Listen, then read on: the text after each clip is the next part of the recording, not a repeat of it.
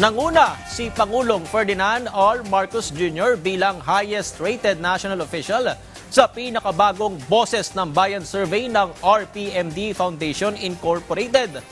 Nakukuha ang Pangulo ng 57% trust at 58% approval ratings. Dahil dyan, nakapagtala ng kabuang 57% overall index of governance o IOG score ang Pangulo. Sinundan ito ni Vice President Sara Duterte na nakitaan ng paghina sa approval ratings. Habang pumangatlo naman si Senador Vicente Soto III. Samantala, nanguna sa halay ng mga gabinete si Secretary Rex Gatchalian ng DSWD na top-performing cabinet official sa isa pang survey. Sinundan ito ni na Secretary Sani Angara ng DepEd, DILG Secretary John Vic Remulla at DPWH Secretary Vince Dizon.